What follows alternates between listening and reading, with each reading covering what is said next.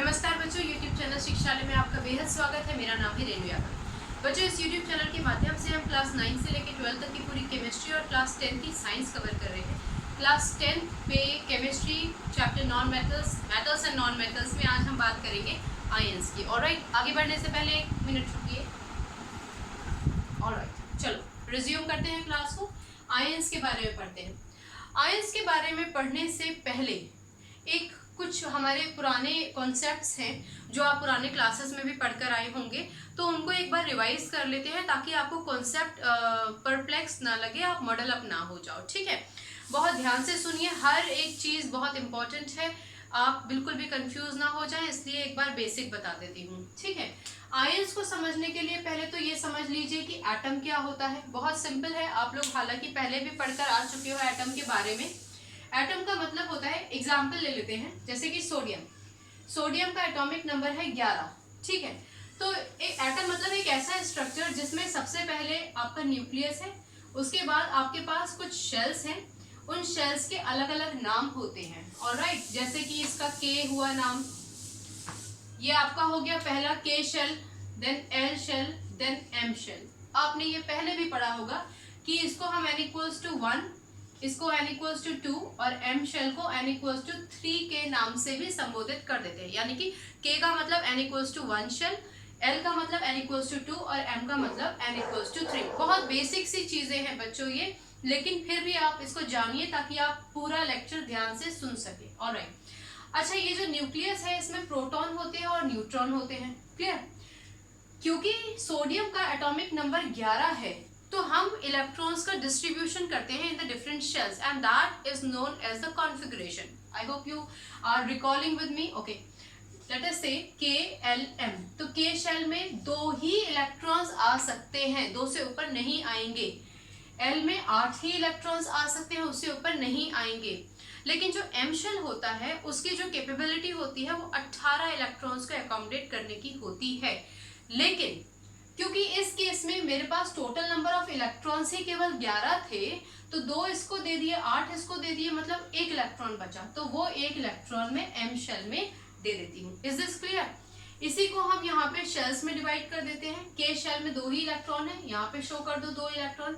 L shell में 8 electron है, 1 2 3 4 5 6 7 और 8। क्लियर?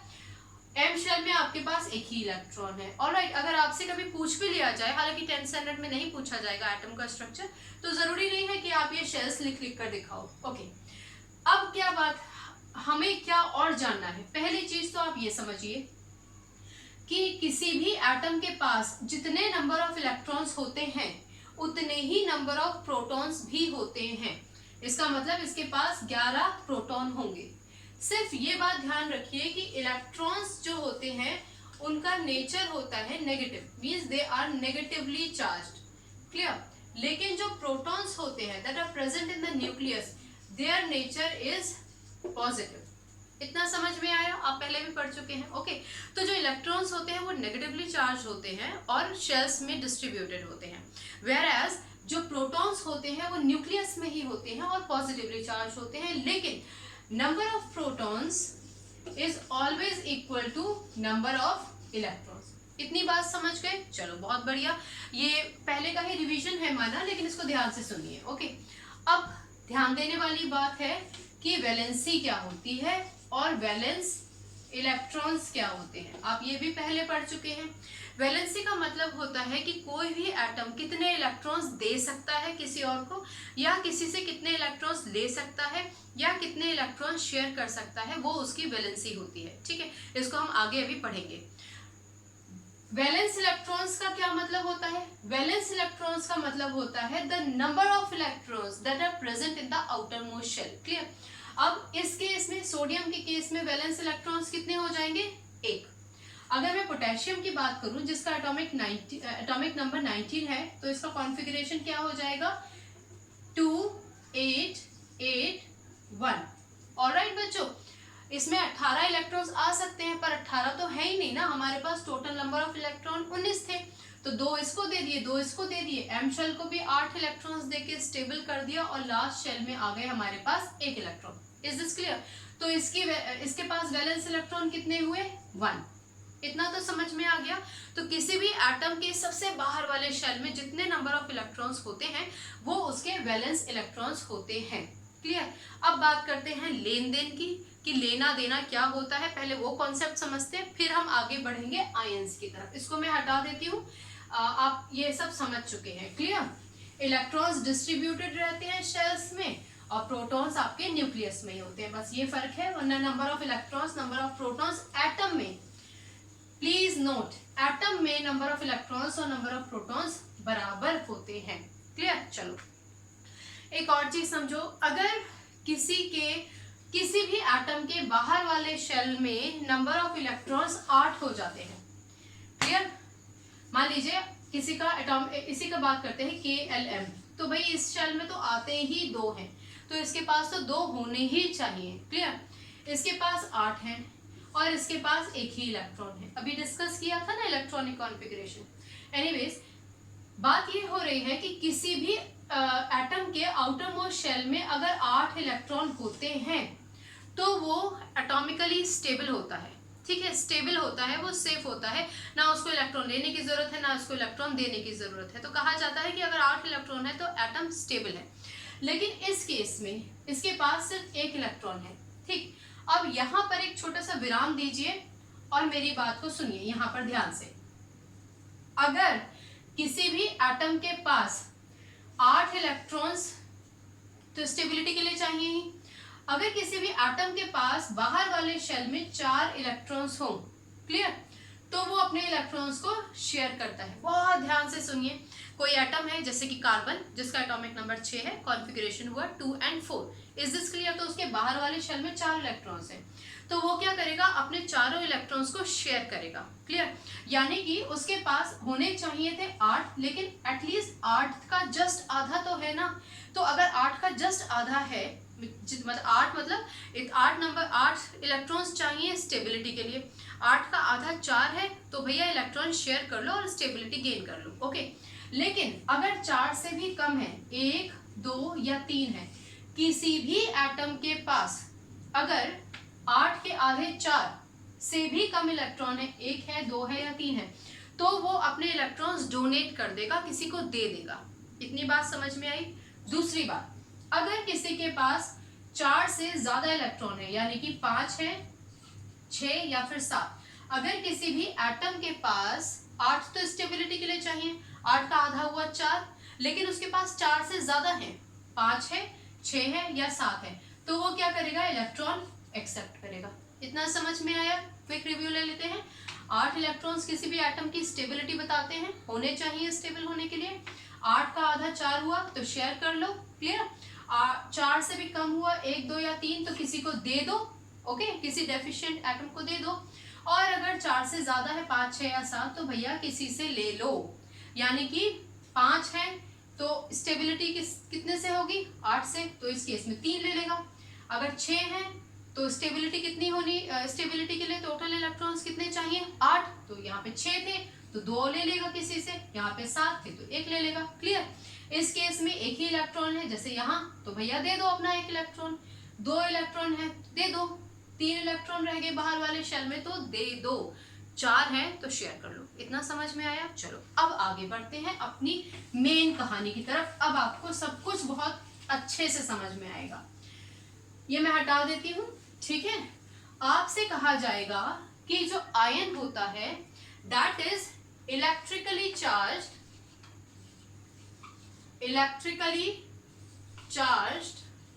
एटम।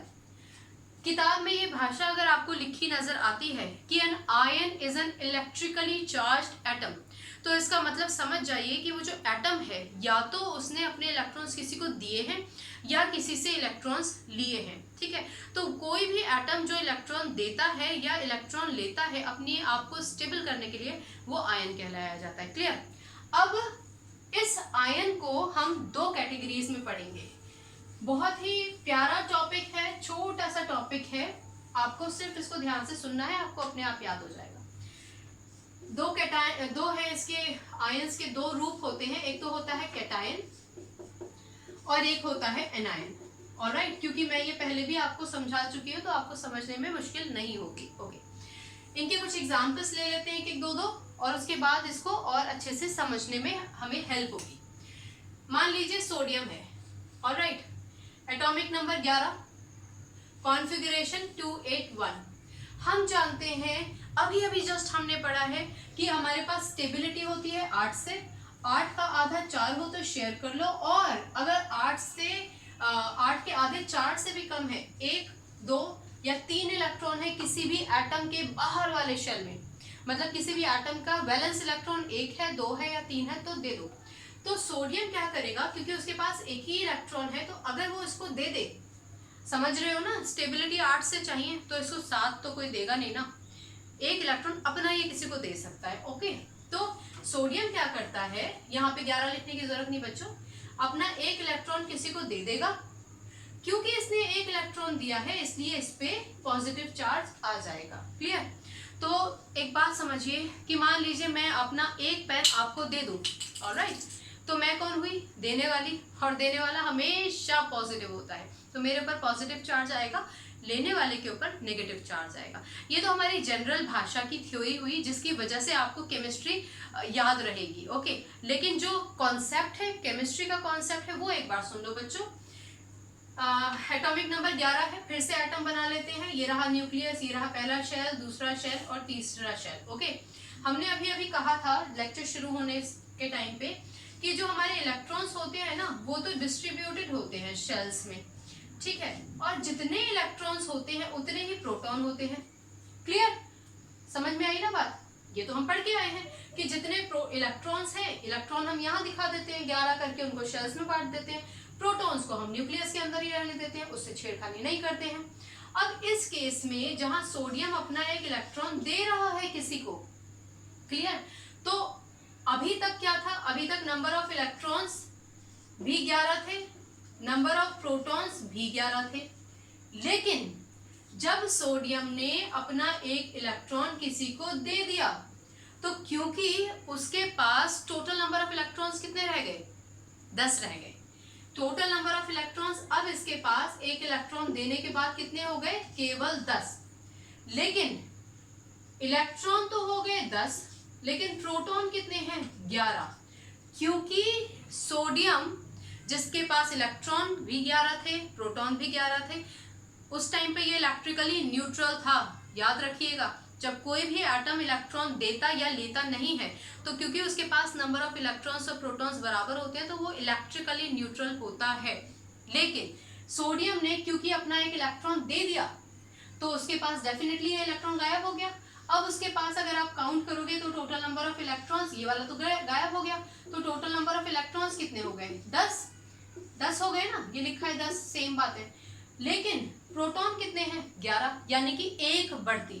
तो क्योंकि सोडियम ने अपना एक इलेक्ट्रॉन दिया, उसके बाद उसके पास नंबर ऑफ प्रोटॉन जो इलेक्ट्रॉन के बराबर होने चाहिए थे, एक इलेक्ट्रॉन बढ़ती रह गया, नंबर ऑफ इलेक्ट्रॉन हो गए 10, नंबर ऑफ प्रोटॉन हो गए 11, इसीलिए भी इस पे पॉजिटिव चार्ज आता है।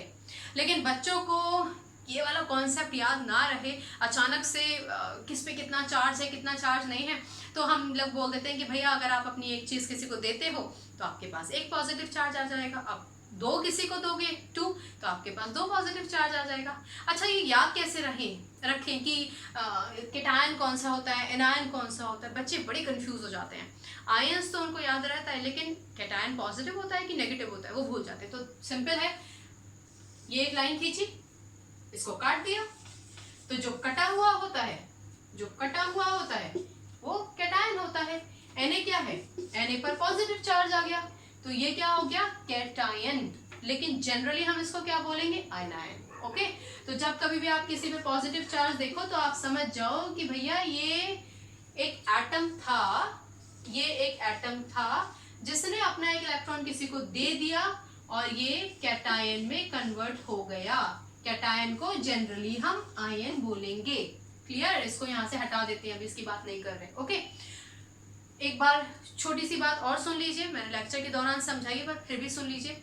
ऐसा एटम जो अनस्टेबल तो है क्योंकि उसके बाहर वाले शेल में 8 इलेक्ट्रॉन नहीं है, लेकिन उसने अभी तक अपने इलेक्ट्रॉन को दिया या किसी से लिया नहीं है, उसको हम एटम बोलेंगे। लेकिन अगर वो एटम अपना इलेक्ट्रॉन दे दे स्टेबल होने के लिए या किसी से इलेक्ट्रॉन ले ले, तो हम उसको आयन बोलेंगे।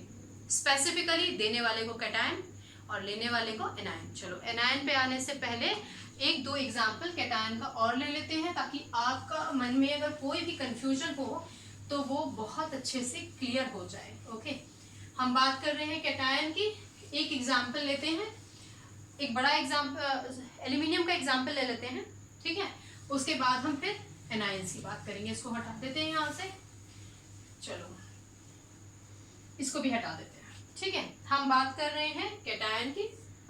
मैंने अभी आपको बताया ये अपने इलेक्ट्रॉन्स दे देते हैं। एल्यूमिनियम की बात करते हैं, एटॉमिक नंबर 13 है, कॉन्फ़िगरेशन हुआ 2 8 and 1।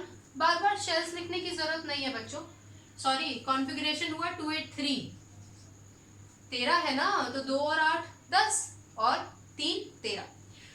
अब बात वहीं आ गई, होने चाहिए थे 8 नहीं होते, इसके 4 होते तो क्या करता, शेयर करता। लेकिन ये क्या है, 4 से भी कम है, तो अगर 4 से कम हो, 1 हो 2 हो या 3 हो तो दे दो। 2 इलेक्ट्रॉन्स का केस मैग्नीशियम के साथ होता है, वो हम डिस्कस नहीं करेंगे, वो आप खुद बना के देखिएगा। इसका डिस्कशन कर लेते हैं। अच्छा, अगर मैं इसका एटम ड्रॉ करूं, हालांकि आपको ड्रॉ नहीं करना है, अभी मैं तो समझाने के लिए ड्रॉ कर रही हूं। तो इसके पास 3 शेल्स हैं, ओके। इसके पास 3 शेल्स में पहले शेल में 2 इलेक्ट्रॉन, दूसरे में 8 इलेक्ट्रॉन, ओके, और लास्ट वाले शेल में है इसके पास 3 इलेक्ट्रॉन, ओके। इलेक्ट्रॉन्स कितने हैं, 13। अभी हमने डिस्कस किया था कि जितने इलेक्ट्रॉन्स होते हैं उतने ही प्रोटॉन्स होते हैं, तो प्रोटॉन्स भी हैं इसके पास 13, ओके। मार्कर को चलते चलते कुछ हो जाता है, ओके। एनीवेज, तो ऐसी स्थिति में जब इसने अपना इलेक्ट्रॉन किसी को नहीं दिया है, हम इसको बोलेंगे इलेक्ट्रिकली न्यूट्रल, ऑलराइट। क्योंकि जितने इलेक्ट्रॉन्स हैं उतने ही प्रोटॉन्स हैं, तो ऑब्वियसली इलेक्ट्रिकली न्यूट्रल हुआ। मोरओवर, अभी जब इसने अपने इलेक्ट्रॉन्स को किसी को नहीं दिया है, इसको हम बोलेंगे एटम, ऑलराइट। चलो, अब क्योंकि इसके पास ये जो 3 इलेक्ट्रॉन्स हैं, तो ये अनस्टेबल है, 4 से भी कम है ना, तो ये क्या करेगा, अपने तीनों इलेक्ट्रॉन दे देगा। -3 इलेक्ट्रॉन, क्योंकि 3 इलेक्ट्रॉन दे रहा है इसलिए -3। और जो E नेगेटिव होता है ना, ये इलेक्ट्रॉन का शॉर्ट फॉर्म है। This is a short form of electron. E negative मतलब इलेक्ट्रॉन, ऑलराइट।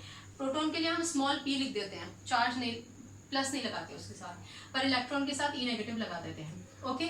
क्योंकि इसने 3 इलेक्ट्रॉन दे दिए हैं, क्योंकि अगर आपको अपनी कोई 1 2 3 पेन दे दे तो उसके आपके देने वाले के ऊपर कितना चार्ज आएगा, 3। तो क्योंकि एल्यूमिनियम ने 3 इलेक्ट्रॉन दिए हैं, इसीलिए वो हो जाएगा Al3 पॉजिटिव। समझ में आया। तो अभी तक जब तक इसने अपने इलेक्ट्रॉन नहीं दिए थे तब तक वो एटम था।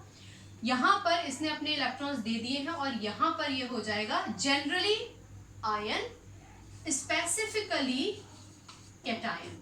स्पेसिफिकली कैटायन, कैटायन याद रहेगा ना, एक लाइन खींची उसको काट दिया तो जो कटा हुआ है वो कैटायन है। Simple, clear. तो बच्चों ये है आयन का एक पार्ट जिसको हम बोलते हैं कैटायन। आई होप आपको समझ में आया होगा, ओके। अगर ये समझ में आ गया है तो भाई अब आपको एनायन समझने में तो ज़्यादा देर लगेगी नहीं, वो तो बहुत जल्दी से समझ में आ जाएगा, क्योंकि अभी तक आप वैलेंस इलेक्ट्रॉन सब समझ चुके हो। अच्छा, ये जो एल्यूमिनियम का केस हमने डिस्कस किया ना बच्चों, इसके वैलेंस इलेक्ट्रॉन्स कितने हैं और इसकी वैलेंसी कितनी है ना, ये मुझे ज़रूर बताना, ठीक है ना। चलो अब हम बात करेंगे स्पेसिफिकली एनायन की। छोटा सा तो टॉपिक है ये, अभी खत्म हो जाएगा। Anion, okay.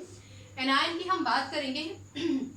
एनायन का सबसे बढ़िया एग्जाम्पल बताऊं क्या है, क्लोरीन ले लेते हैं। पहले क्लोरीन ले लेते हैं, उसके बाद और डिस्कस करेंगे। क्लोरीन, Cl इसका सिंबल है, Cl। एटॉमिक नंबर है 17। कॉन्फ़िगरेशन 2 8 7। अब मैं KLM नहीं लिख रही हूँ, वो पहले भी हम कई बार समझा चुके हैं, ऐसे ही समझना सीखो। कॉन्सेप्ट वही है, लास्ट वाले शेल में होने चाहिए थे 8 के आधे 4 होते तो आप शेयर कर लेते, 4 से कम होते तो आप किसी को दे देते। लेकिन यहाँ तो कहानी ही डिफरेंट है। अगर 4 से ज्यादा है, 5 है, 6 है या 7 है तो भैया इलेक्ट्रॉन ले लो, क्योंकि आप थोड़ी किसी को अपने 7 इलेक्ट्रॉन दोगे भाई, 4 में तो शेयरिंग ही हो जाती है और आपके पास है 4 से ज्यादा, तो आप क्या करोगे, किसी एक ऐसे एलिमेंट से एक इलेक्ट्रॉन ले लोगे जिसके पास एक फालतू है। Okay, anyways chlorine. अच्छा, इसका एटम का स्ट्रक्चर भी बताऊं क्या? चलो बता देती हूँ। ये रहा न्यूक्लियस, पहला शेल, दूसरा शेल, तीसरा शेल। ओके, पहले शेल में 2 इलेक्ट्रॉन, दूसरे शेल में 1 2 3 4 5 6 7 8 इलेक्ट्रॉन, लास्ट वाले शेल में 1 2 3 4 5 6 और 7 इलेक्ट्रॉन। क्लियर? चलो, इलेक्ट्रॉन तो हो गए इसके पास 17, प्रोटॉन भी इसके पास 17 है, यानी कि यहाँ पे P is equal to 7। Neutron की हम बात नहीं कर रहे हैं अभी, न्यूट्रॉन भी होते हैं यहाँ पर हम उनकी बात अभी नहीं करेंगे, सिर्फ प्रोटॉन और न्यूट्रॉन तक की बात करेंगे। ओके, अच्छा, इस कंडीशन में जब अभी क्लोरीन ने अपने इलेक्ट्रॉन्स को किसी मतलब इलेक्ट्रॉन इस केस में लिया नहीं है, तो इस टाइम पे तो ये है इलेक्ट्रिकली न्यूट्रल। अभी बताया था ना, ये हो जाएगा इलेक्ट्रिकली न्यूट्रल। बताया था ना इलेक्ट्रिकली न्यूट्रल का क्या मतलब होता है, number of proton number of electron बराबर हो तो इलेक्ट्रिकली न्यूट्रल। खैर, इसको तो अपने आप को स्टेबल करना है ना, तो ये क्या करेगा, क्लोरीन जिसका एटॉमिक नंबर 17 है, उसके पास एक इलेक्ट्रॉन की कमी है, क्योंकि वो एक इलेक्ट्रॉन किसी से लेगा, because it is taking 1 electron to complete its octet, इसीलिए हम यहाँ पर लगाएंगे प्लस। इसको कैटायन वाला प्लस मत समझ लेना भाई तुम गलती से, ये तो अंडरस्टूड है, क्लोरीन को एक इलेक्ट्रॉन लेना है, chlorine has to take 1 electron, इसीलिए हम यहाँ पे दिखा रहे हैं। अच्छा, 1 E नेगेटिव और E नेगेटिव ना एक ही बात है। क्लियर? तो हमने पिछली बार जो पढ़ा था उसमें 1 लगाया था, इस बार 1 नहीं लगाएंगे, क्योंकि आप समझ जाओ कि 1 E नेगेटिव और E नेगेटिव एक ही बात है। खैर, एनीवेज, क्योंकि क्लोरीन ने एक इलेक्ट्रॉन लिया तो उस पर हो जाएगा 1 नेगेटिव चार्ज। क्लियर? ये क्या है, ये तो एटम था, इसने एक इलेक्ट्रॉन दे दिया, क्योंकि इसने एक इलेक्ट्रॉन दे दिया तो ये हो जाएगा आयन। जनरली हम इसको आयन बोलेंगे, लेकिन स्पेसिफिकली हम इसको क्या बोलेंगे, एनायन। ऑलराइट, जनरली हम इसको बोलेंगे एनायन।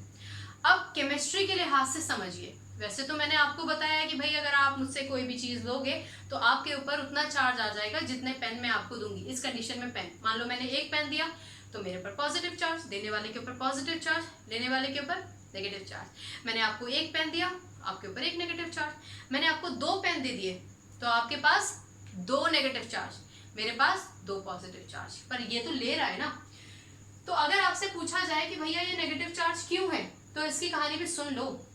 भाई ऐसा है, प्रोटॉन तो 17 थे, 17 ही रहेंगे, लेकिन इसने बाहर वाला जो शेल है, उस बाहर वाले शेल में इसने किसी से एक इलेक्ट्रॉन, एक तो ये मार्कर बड़ा धोखा दे रहा है, इसने किसी से एक इलेक्ट्रॉन ले लिया। क्लियर?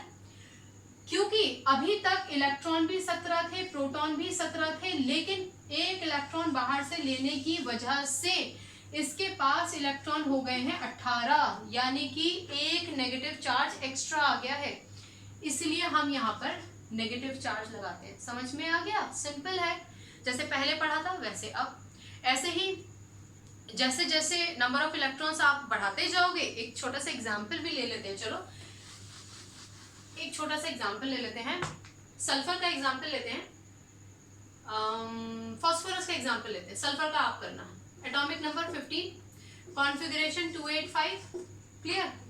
तो भैया 5 इलेक्ट्रॉन है, 5 है मतलब किसी से इलेक्ट्रॉन लेगा। ओके, इसको हम डिस्टर्ब नहीं करेंगे, इसकी जरूरत नहीं है, वैसे तो उसको हटा ही देती हूँ। ओके, मैं आपको चार्जेस की कहानी बता रही थी ना, उसके कंटिन्यूएशन में ये कर लेते हैं। ओके, खैर, तो इसके पास 5 इलेक्ट्रॉन है, तो इसको कितने इलेक्ट्रॉन्स की जरूरत है? 8 बनाना है ना, 3 इलेक्ट्रॉन्स की जरूरत है। तो फास्फोरस 3 इलेक्ट्रॉन लेगा, क्योंकि ये 3 इलेक्ट्रॉन लेगा, इसके बाहर वाले शेल में 5 इलेक्ट्रॉन है, इसके पास होने चाहिए 8, इसका मतलब इसके पास 3 की शॉर्टेज है ना। तो फास्फोरस क्या करेगा? 3 इलेक्ट्रॉन लेगा, क्योंकि ये 3 इलेक्ट्रॉन लेगा इसीलिए इस पर चार्ज हो जाएगा 3 नेगेटिव। क्लियर? ओके, तो ये तो एक सिंपल सी आम भाषा में हमने कह दिया कि भाई इसने किसी से 3 इलेक्ट्रॉन लिए, इसलिए ये तो 3 का इसके ऊपर उधार हो गया, इसलिए इस पर 3 नेगेटिव चार्ज आ गए।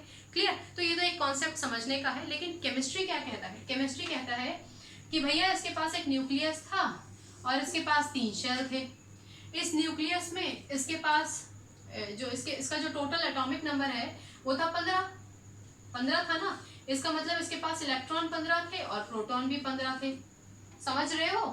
तो प्रोटॉन कितना हुआ 15, इलेक्ट्रॉन्स तो भाई बढ़ जाते हैं, पहले शेल में 2, दूसरे में 8 और तीसरे शेल में 1 2 3 4 5। क्लियर? तो यानी कि अभी इसको भूल जाओ, अभी हमारे पास क्या है 15 इलेक्ट्रॉन है, 15 प्रोटॉन है, यानी कि ये तो इलेक्ट्रिकली न्यूट्रल है। पर भाई इसको अपने आप को स्टेबल भी तो करना है, तो ये क्या करेगा 3 इलेक्ट्रॉन बाहर से ले लेगा। मान लो एक यहाँ से ले लिया, एक यहाँ से ले लिया और एक यहाँ से ले लिया। ठीक है, ऐसे अलग अलग डायरेक्शन में नहीं भी दिखाओगे तब भी चल जाएगा। खैर एनीवेज, जो मेन बात है समझने की वो ये है कि इसने 1 2 3 इलेक्ट्रॉन ले लिए हैं, लेकिन प्रोटॉन अब भी 15 है। प्रोटॉन तो 15 है और इलेक्ट्रॉन अब कितने हो गए 18। ठीक है, पहले कितने थे? पहले थे 15। तो क्योंकि इसके पास 3 इलेक्ट्रॉन आ गए हैं और इलेक्ट्रॉन पर चार्ज होता है नेगेटिव, इसीलिए इस पर 3 नेगेटिव चार्ज लगा दिया जाता है। जनरली हम इसको बोलेंगे आयन, और स्पेसिफिकली वो एटम जिसने इलेक्ट्रॉन्स लिए हैं किसी से अपने ऑक्टेट कंप्लीट करने के लिए, उसको स्पेसिफिकली हम बोलते हैं कैटायन। Is this clear? तो ये जो चार्ज वाला मसला है ना, केमिस्ट्री के हिसाब से भी मैंने आपको बता दिया, और आम भाषा में आप इसको कैसे याद रख सकते हैं वो भी बता दिया। ठीक है, आपने किसी को कुछ दिया तो आप पॉजिटिव और लेने वाला नेगेटिव। क्लियर? केमिस्ट्री की भाषा में भैया प्रोटॉन तो उतने ही थे, इलेक्ट्रॉन्स तुमने बढ़ा दिए इसलिए नेगेटिव चार्ज हो गया। देने वाले में प्रोटॉन तो उतने ही थे, तुमने एक इलेक्ट्रॉन देके कमी कर दी। ठीक है, तो प्रोटॉन का जो चार्ज है वो शो कर पाओगे। समझ रहे हो ना? इस सेंटेंस को स्क्रॉल बैक करके पढ़ लिया करो किसी भी लेक्चर को, अगर कुछ प्रॉब्लम होती है तो। क्लियर?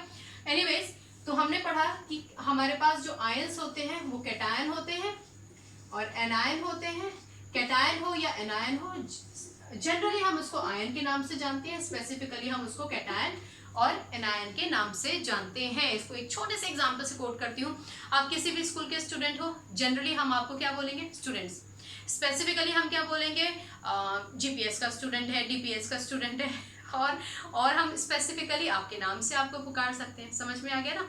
तो आयंस मतलब कोई भी ऐसा एटम जिस पर चार्ज हो, स्पेसिफिकली पॉजिटिव चार्ज हो तो कैटायन, स्पेसिफिकली नेगेटिव चार्ज हो तो एनायन। तो ये थी पूरी कहानी आयंस की। आई होप आपको लेक्चर समझ में आया होगा। भाई खुश रहो, पढ़ते रहो, केमिस्ट्री से अपनी केमिस्ट्री बहुत अच्छी बनाओ, तो इस YouTube चैनल का उद्देश्य पूरा हो जाएगा। ठीक है, चलो अगली बार मिलने तक अपना ख्याल रखो, पढ़ते रहो, खुश रहो। Take care, God bless you, bye bye.